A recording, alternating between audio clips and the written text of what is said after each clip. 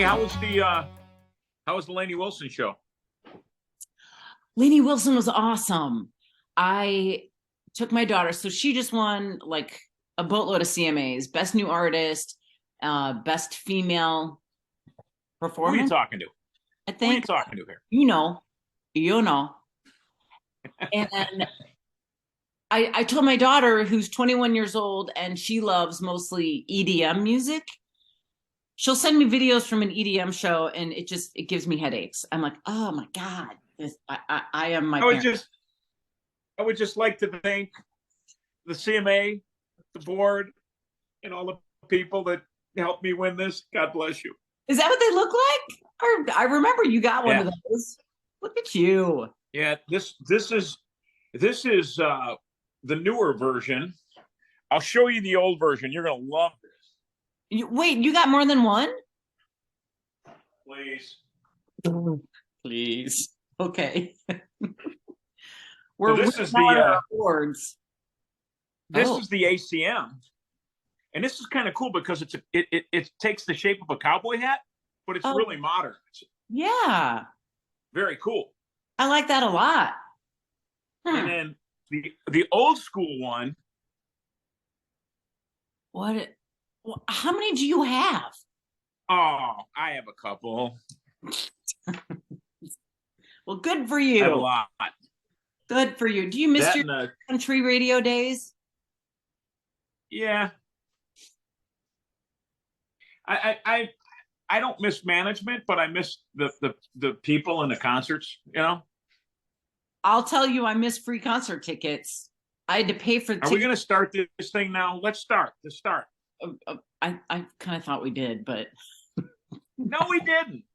this is what I love about us is this is why it's off the air. We're doing all this stuff off the air. This is us. I can't believe. I can't. I can't believe what we're going to talk about at the end of the show today because it is. It's surprising to me. Oh, It's kind of sad. It's oh, almost cringeworthy.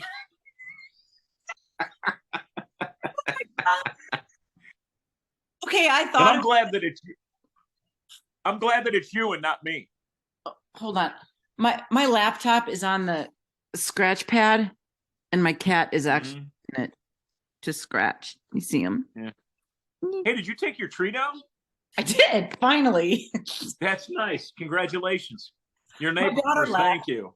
Yeah, she's back at school. So put the tree down. All the Christmas decorations are gone. It's Wow. just my boring, regular old house. All my work. This is my workstation. Yep. And here we are. Here we are into the dumpster fire that's already 2023, man. I was sitting up north last week.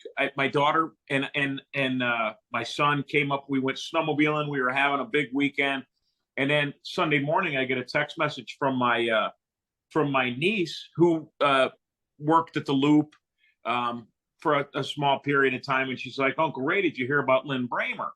Mm. And I was like, I didn't hear about it, and I knew exactly what it was, and I was just sitting there, and I was just beside myself. I just didn't want to believe that my best friend in the whole world, that's what he called himself on the air, Yeah. Lin Brehmer had passed away. It was shocking and sad to me, and you know it's just one of those things. You know, I knew he was sick. Um, we worked very in a close proximity to each other, Kathy. But I don't know how it was over, at your station, as the proximity you had to the other people that worked there on the other radio stations. But when CBS bought all these radio stations back in the day, and then they finally took WXRT and the Score and moved them from their Belmont Avenue location over to the Prudential Building.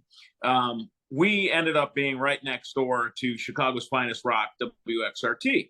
Yeah. So I was reunited with Terry Hemmert, who was a instructor of mine at Columbia College. Same. And yeah, and then Marty Leonards and Norm Weiner and Lin Brehmer and this whole iconic group of you know rock radio that I grew up listening to. Yeah. And Lin was just, he was so smart and fun and funny, but he did it in such a way that it made you really think. When he did his Lin spins, I mean, it really made you think. And I was listening to the show they did for him on XRT the other day, and I just caught a little bit of one of his Lin spins because I was still up in northern Wisconsin. And he was just likening what 2 hours is like if you're a kid in a car seat. If you're a kid in a car seat, 2 hours is a prison sentence. If you're a kid in the front row at a Green Day concert, you can't get enough. And it's all about how we look at time. And I just thought he had such a unique way of looking at stuff. But the thing I remember most about him was this guy would stay out all night long at the Metro or at the Vic or at the Green Door, wherever, wherever. Yeah. And he would stay out and he would drag his ass into the radio looking like, just looking like he'd been out all night. And he'd come dragging his ass in and he'd look at me and he'd just drag himself down to his studio and somehow eke out a 4-hour show after being out all night long. And then after that, we would sit around and talk until noon, and just talk about things that didn't matter. I'm a South Side guy. Of course, he's a Cubs fan. His father had Alzheimer's, so did mine. So we kind of talked about that. And then he tried to encourage me once I was, let go of LS. Hey, stay with it, blah, blah, blah. And of course, I encouraged him about his fight with cancer. And the last text message I sent him is I was going to send him, and this is by no means a plug, don't get me wrong. But Gina has a FU cancer candle. Yeah. And I sent him a message. I said, Lin, I want to send you this. And I never got a response. And that was the last text message I ever sent him. Uh-huh. And I think out of everything, he was such a good guy. And we have some goofy videos, me and him together. But the thing I thought most of is how this city loved its media creatures. This city loves its radio people, its television people. And if you do it right, man, they will love you forever. Yes. And the tributes pouring in for that guy are unbelievable. I mean, he was on the Cubs marquee.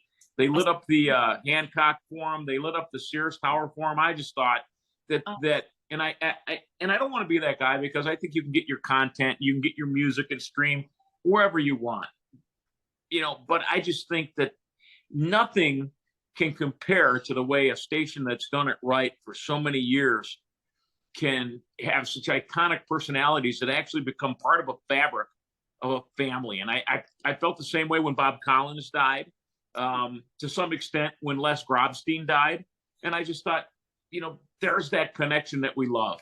And it's all about sitting in this chair by yourself in a room that's closed and listeners. That's it. Well, and truthfully, it's one of the main reason I got into radio. I grew up listening to WLS and Les Grobstein and Larry Lujak and Tommy Edwards and Fred Winston and Bob Surratt, and the music I just loved. But it was something about having that voice. I had a lot of lonely nights in high school. That's shocking. Hey, so a lot has not changed for you. My God. We'll talk about that coming up. That's coming up. So anyway, they became my friends, and you established this relationship with them. And so, when I started doing a morning show and became that person for a lot of people, it kind of didn't even occur to me that I was that person because I was just loving being on the radio so much. I'm writing a memoir and I just wrote a chapter about, when I got let go and just dealing with everything in my mind that had to do with that. I'm cleaning out some desk drawers that I said, oh, someday I'll get to those. So I'm cleaning them out because I got nothing better to do, right? I was still back in Chicago. And I found a bunch of old journals. And I found a journal when I was going to Columbia College, downtown Chicago. And I was doing my practice radio shows and remembering all the great jocks. Patty Hayes. Do you remember Patty Hayes from The Loop? Oh, yeah, Patty Hayes. Patty Hayes, Terry Hemmer, they were my idols. And So I was writing in my journal, and I just opened my journal just to be a little reflective and whatever. And I see an entry that I had totally forgotten that I had written.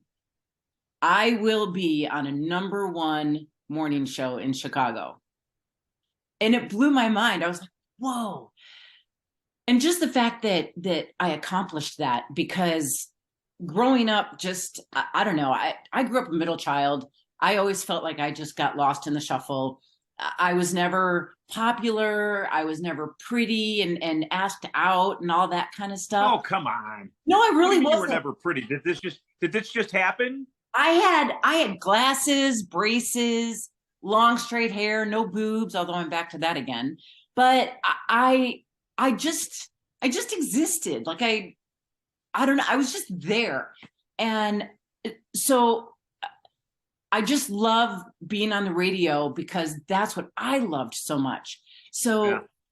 people like Lin and Terry Hemmert, just the fact that we got to do what they did is still mind-blowing to me. And Lin was just such a sweetheart, just such a good guy. He did it right.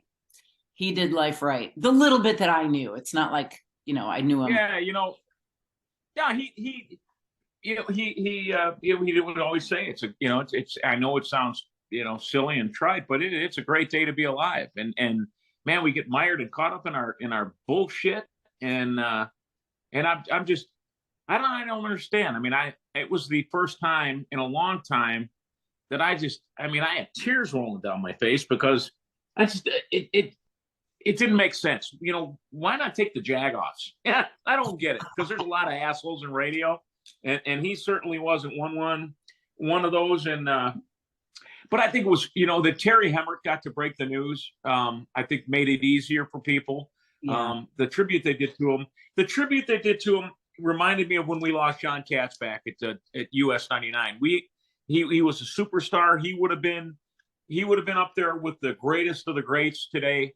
He died at a really young age, and we had it was a tight radio station, and we had a big concert for him. We filled up the Rosemont, the Allstate Arena. We filled up the Allstate Arena with a tribute show to him, and people showed up and they gave money, and we raised money for his kid because he had a brand new baby boy.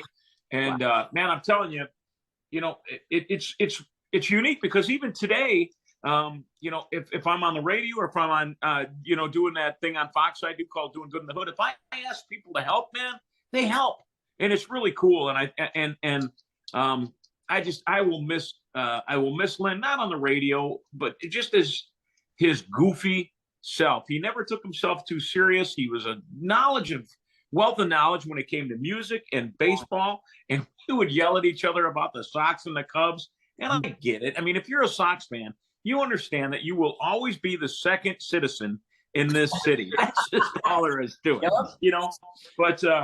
But I'll miss him, man. And I think the city's doing well by him. And WXRT and Terry and Marty and all those guys did such a nice job for him. And that's just the mark of a real good radio station. And kudos to them. And that's one of the things I really miss about radio, and especially Chicago radio, because Chicago listeners are always there for their friends. And how long's it been since you've done a shift? I've been off that station 5 years. Yeah, but you were a GM for a while. When was the last time you did an on-air shift? I've been out here 3.5 years. So it's been 3.5 years. All right. Yeah. Because I still, I still get up. I mean, I'm still on, somewhere. I'll be on 2 different radio stations this week in some form or another. But it's that everyday grind that I miss that, I mean, it's in our blood. If we do this for a living, and we did, and we were blessed to be able to do it for a living, it's in your blood. Like I even reached out to some guy out here in Bozeman that just bought a bunch of stations, and I'm just like, I don't know. Is he single? I'm kind of itching. No, but you know what? Stop it. I know where you're going with that. Stop it. I can't believe what we're going to talk about at the end of this show. All right, so let's move on from radio and peace to Lin Brehmer and his wife and his son and to his XRT family, because they lost a family member, and to the legions of listeners, man. It's a big deal. But man, Lin did it right.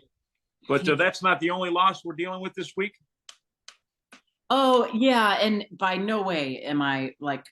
It doesn't even feel like an appropriate segue, but we had some sadness. None of them ever are.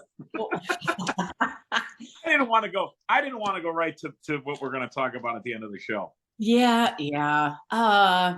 No, we did have some sadness in the house. So I've got a teenager, and he's a freshman, just turned 15. And we got some pets. You know, it was hard to leave his friends in Chicago and come here. And so we went out and got a hamster. And I wanted to name him MC Hamster, but my greatest hamster name ever, right? It was. That's a mom joke. Come on. So hamster time. Then I had to show my son the video. So he knew who MC Hammer was in the dance and the pants. He's like, what are those pants? How can they even walk in them? Anyway, so we got this hamster. He ended up naming him Emish because in Bozeman, the MSU students put a bunch of rocks. This is like early 1900s that this happened. But put a bunch of rocks on the Bridger Mountains here. So there's an M. Anybody that flies into Bozeman or goes around Bozeman, they'll see the M. Well, the Bridgers were on fire the day that we walked into the pet store. And it had started the day before, but then all of a sudden turned into this inferno because of the wind shift. So we came out and we thought we would name the hamster in honor of the M. But then we were also watching that TV show Blackish at the time. So we decided on Emish. So we've had him for a couple of years, and I guess hamsters only last a couple of years. But anyway, the story's gone on long enough, but we had to put Emish down. Back in my day with my parents. Now, when you say you put him down, I mean, how'd you do it? We took him to the vet. You took the hamster to the vet? What did that cost you to have a hamster put to sleep? Originally, they said $78, but it was only how much? It was $55. How much? $55. So, don't you have a cat? Two. And one of them would have definitely taken. That's so horrible. So that cat would have loved that. Speaking of which, so before my daughter leaves, she comes and she goes, Mom, I don't think Emish is doing really well. And I go up and it's in my son's room and I look, I'm like, what do you mean he's not doing well? Is he even alive? What's that stink? So kids, that's the smell of death. Get used to it. It was not pretty. Clearly he hadn't been up on his little stairs to get water or food in days. So, and we were out of town snowmobiling. Couldn't you just have left him there and saved the money? So here's the deal. When I grew up, I'm sorry. I'm being disrespectful to MC Hamster. No. Well, my cat's spazzing out. When I grew up, my parents would have been like, just go put him in the dumpster. But he was still breathing, very shallow breathing for about 12 hours. And I thought, this is pretty traumatic. My son is really compassionate toward animals. And I thought, that's good. It's a good quality. Child abuse. To just let that hamster sit there waiting for it to die, watching it to see if it's still breathing. So I called my friend who's a vet, and she's like, no, it's not about the hamster. It's about your son. You're making him sit there and wait for this thing to die. And then what? We can't bury it because the ground is frozen. She goes, the humane thing to do for your son is to take it to a vet and just have them. So while part of me, I walk into the vet, I'm like, yeah, we have a hamster. But it was our pet, and all fur babies deserve the right way to die and not to be tortured. And so Yeah, we put him in the shoebox. No, man, I'm okay with that. I mean, you know, obviously I'm going to kid because that's my nature. That's what I'm supposed to do. I know. That's that's my role. But I have my son's hamster is buried in back of his house with a cross that I made. It's still there, and the Aw, hamster is laid to rest in a Dale Earnhardt tin decanter. nice. Yeah, and There you I go. taped it up. I mean, I wanted it. I told him, buddy, you know, he was a little guy. It made him sad. I get what you're saying. Yeah. Um, you know, and we had a little service for him and everything like that. And I can't remember what the name of that hamster was, but it wasn't an MC hamster because I love that. Come on. Best hamster Do name you ever. do you think that there's a reason why you're single or you can't keep a man? Oh, there are plenty of reasons. Plenty. We don't have enough time. But you just all kidding aside, you've had successful relationships. Sometimes they just don't last forever. I'm living proof of that. So I'm learning that God puts people into your life, not necessarily because we think that we're supposed to have soulmates, which I don't agree with the soulmate thing. Mm-hmm. Although I do, as far as my friend, my best friend, she's my soulmate. I don't think a soulmate has to be, someone of the opposite sex or a romantic partner, Is she a good kisser? even if that's same sex. Oh, trust me, we've talked about it because of all our breakups and stuff. We're like, have you ever thought about that? I'm like, yeah, but no, I like men. No, Yeah, you don't want to ruin a good friendship. Why would you do that? You know? No. So anyway, I do believe that people are brought into our lives, romantic partners or friends or whoever, to serve a purpose. And I know there's a joke there too, because really, since my divorce from the kid's dad, I got into a real quick rebound marriage, but it was with a guy that I'd known 20 plus years. I thought he was my soulmate. I thought he was the one. Yeah. Jumped into that way That too. guy was eye candy. He was. He was. Yep. A lesson learned. Yeah. I kissed him once. Lesson learned on that one. Huh? I kissed him once.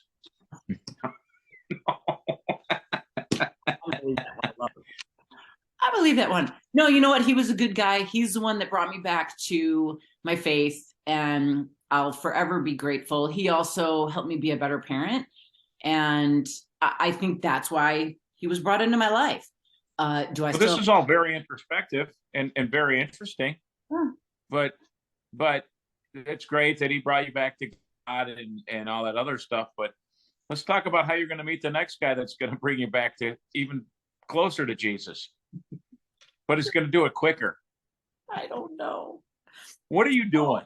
Okay, so I got thinking about it, and it's like, I don't know, it was a bad decision. Remember I told you a while ago about how I had a weak moment and I went on farmersonly.com I remember. or Christian Mingle or whatever, and yeah, I'm like, no, I'm just gonna let it happen naturally. Have you been on Grindr yet? No, I will not go. I will not go on one of those sites. I won't. Can't you just go like to the local forest preserve? I mean, isn't that like a hookup spot? You back your car in, and that's like, hey, I'm here. My name's Kathy. Let's mix it up. Oh, stop it.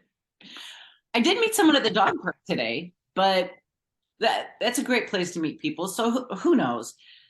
And I don't even know if I'm going to follow through with it, even though I paid, I don't know, $15 for it. So okay, so with the hamster and the dating service, we're up to $65 if you're keeping track at home. Continue. Yeah. So there's this place that I go. It's a workspace where these are popping up everywhere now, where you either pay to be a member or you pay to do a drop-in. And that's you go, great. Get to the point. You work. So they have all these different events. I went to one Wednesday night. It was a female entrepreneur happy hour. It's great. So they said something about, oh, we have an event Friday night at speed dating. Now, the original speed dating was all female entrepreneurs. You were just meeting other women to just help you in your business. Sign me up. Anyway, so when they said they had a speed dating, they said it was a combination of meeting other women that are You're entrepreneurs. gonna go on a date with a chick? No, but now they're adding men to it. So it's like Nice. a real, and I'm like, speed dating. Hello, 1992. You know, I want my Heck, your last marriage was a speed marriage. I mean, it lasted 7 years, but anyway. Well, that's what they last. 7 years. You got that itch, scratch it. So this is the 40 plus edition. So and you got to date 40 guys in what? 40 guys in like what? A weekend? 40, like age 40 plus. I'm old. I know. I don't want to I know. some 28-year-old. Someone 40 is even too young. I think I'm too old for this. No. You're a beautiful woman. You deserve a speed date. Yeah, but I'm old and YouTube is taking out my wrinkles and I just got my hair. Yeah, but at least you don't have that droopy eye thing going on. Yeah. That went away. Thank God. I realized that was happening. Yeah. Anyway. I think it was the Christmas tree. I think you're allergic to sap. Most Christmas trees have mold, but I won't go there. Oh boy. That'll be another hour in the show. Okay, so there's going to be wine. I know this type of event can be intimidating for some, but I encourage you to not put so much pressure on yourself just because the word date is in the title. Just look at it as an opportunity to connect with new friends that are also there because they want to meet new people. Some will just be looking for friendships or activity partners. Okay, so a friend of mine that moved from Chicago. That's what I'm talking about. Activity partners. So Bumble does that. And the only reason I know is because my roommate that moved here from Chicago, she's looking for her own place, but she's staying here in the meantime. She signed up on Bumble to look for friends, just to hang out. She's in a brand new town. And there were a lot of guys on there. And I said, come on, guys do not want to be just friends. They don't, not with another, they don't, right? I don't know, man. I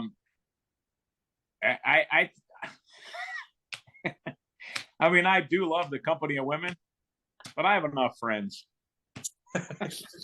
Yeah. In low places. I got friends. So I don't know. Well, you know what? If it's a good speeding, hey, if it's a good speeding date thing and it works, maybe you will have friends in low places. I don't know. We're passionate about supporting unattached folks in whatever phase of singlehood they are in at the moment. I think that here's what I think you need to do for this to be successful. I think that you have to come to grips with your past relationship trauma, compartmentalize it, and put it away, and be ready to try something new with somebody new. Yes, Dr. Ray. Thank you. I mean, really, it makes sense if you stop and think about it. I'm open for that. And I'm not afraid to go out and sit. In fact, I do a lot of my writing at happy hours around here. I'll just take my laptop. I do most of my writing when I'm drunk. after a couple wines. Just wait till that book comes out. Woohoo! Oh. Anyway, so at the very beginning of this, you said this is sad. Is this really that sad? I don't know. It is kind of you know what? I don't know. But let's dive into this. You have no radio job. I know you'd like to be back on the air. You have no man in your life, but you do have a roommate. I'm sad. I'm sad. This is well, sad. yeah, but now you're just recollecting on MC Hamster and all the losses that you suffered in the last week. I can't wait to hear how this goes. Let's do another one of these on Monday, because this is what this I want to know. It's Friday night. Yeah, you got it. Oh yeah. So let's do another show Monday just to find out. Hey, it'll be the first date update, man, like we used to do on the radio. It's Kathy's first date update with the speed dating man. And listen to this. This is so Montana. They had to put in here, dress to impress. comfort first, but make sure to wear something you feel confident in. You don't have to dress up, but if you're deciding between the t-shirt and button-up t-shirt, maybe pick the button-up. Or if you absolutely never wear anything but t-shirts, just make sure it doesn't have a hole in it. Wear something with pearl snaps and a cowboy hat. You put a cowboy hat on, look out. Those guys will go crazy over you. That is so Montana. You're a strong, confident, beautiful woman. I wish you well on your speed dating. Oh, thank you. Yeah, I just want to be adventurous. You know, it's a new year. It's not like I do resolutions, but this felt like a safe place to do it because I'm familiar with this space and I know a lot of the people that go there. Yeah. All right. Don't talk about Lyme disease in the speed dating. Don't talk about what foods to eat. Don't talk about MC Hamster. Leave the sadness out. But you won't have time. This is speed dating. Yeah, I don't know how. It doesn't say how much time we have. All right. Before I let you go here. 3 to 5 minutes. Before I let you go here, that's a long I want you to tell me what is a Kathy Hart looking for in a man? Not a soulmate, because we know that you don't believe in that. Gosh, I can't help. Your soul is like a bottomless pit. What's your what are you looking for? What's your deal? I mean, what makes you happy? You know, a guy with a job would be good. Guy that actually makes his own money, that'd be great. Okay. Yeah. A guy. You're saying that just to hurt me, aren't you? No, that was just purely past experience. A guy that embraces my quirks, that is okay with me being weird because I am. Mm-hmm. So I hope he's weird too because I like weird. I need to find someone that's not a boob guy. Clearly, because the bolt-ons have been removed. I had those babies taken out, and there is nothing, like nothing. So yeah, you wonder why I'm single? I mean, I've also had teeth removed, like 5 teeth removed. I want a goofy guy that's not a boob guy. You know what? So if there's any 7th or 8th graders out there, doesn't care if I have all my teeth. You're okay. I'm sure your boobs are just fine. I knew you before you had the bolt-ons, and I didn't even think you needed them. That's because of Victoria's Secret. Those underwires were killing me. The push-up and after I nursed kids, I never had boobs to begin with, but after I nursed kids, I was not even a double A. Double A bra did not fit me. And okay, we'll get together again and we'll talk about the speed dating. Okay. I've had fun talking about your breasts. Have fun speed dating with a weirdo that doesn't like boobs, somebody that can be unique. Basically any junior high or freshman in high school in Montana. Don't go to jail over this, all right? Basically, I just shouldn't even go. Oh, no, you should. You should. You should, because you are a fun and effervescent, well-read, smart woman, and you deserve to have somebody as good as you are in your life. Talking effervescent. I like as long as it's not an 8th grade boy. All right, real quick, let me ask you some advice. What do you guys want to talk about? I know they like talking about themselves, so I can do that. I'm good at that, getting them to talk about themselves. What do they want to hear from me? Oh man, I don't. That's something I really have a hard time.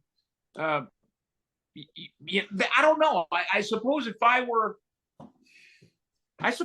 because I've never been on a dating site, so I don't know, and I don't know how to do it fast. I think if you can make a guy laugh, and I think that works either way, man. If you can make somebody, if you can loosen them up with something fun, funny, irreverent, tell them about MC Hamster, I think you got them. And I think if you can show somebody that you have a sense of humor and you're not too serious, but then they can see that you know that you're a genuine good person. I don't know what you need that's more than that. Let's talk about hobbies. Snowmobiling. Although when I talk about my hobbies, I sound more like a dude, but that's who I am. Yeah, Karate, guys like that. snowmobiling, Guys like that. a Guys 68 like that. Firebird. They All dig that. All right. God, I really feel. Yeah, lead with the car. You know, if you really like this guy, if he's a good-looking guy, you know, just go, hey, you know, winter's not going to last forever. What do you say on the first 60-degree day? We go for a spin in my Firebird. Take the top down. Yeah. Make out. I'll put my top down. Okay. All right. Why do you have to go there? Is this what you did on the radio? Is this the persona you have? Is this what you have to do to get into the Hall of Fame? Apparently. All right. All right. Well, this has been unique and interesting. Be safe this weekend. I know you're going snowmobiling up in the Yaderi woods of Minnesota. Well, my son's racing, and I'm terrified. Just say a prayer. I'll say a prayer for him. You know, I told him, I said, buddy, I go, this is the stupid oldest line in the book. To finish first, you must finish. To finish first, you must first finish. And, you know, we're not going to overdrive the sled.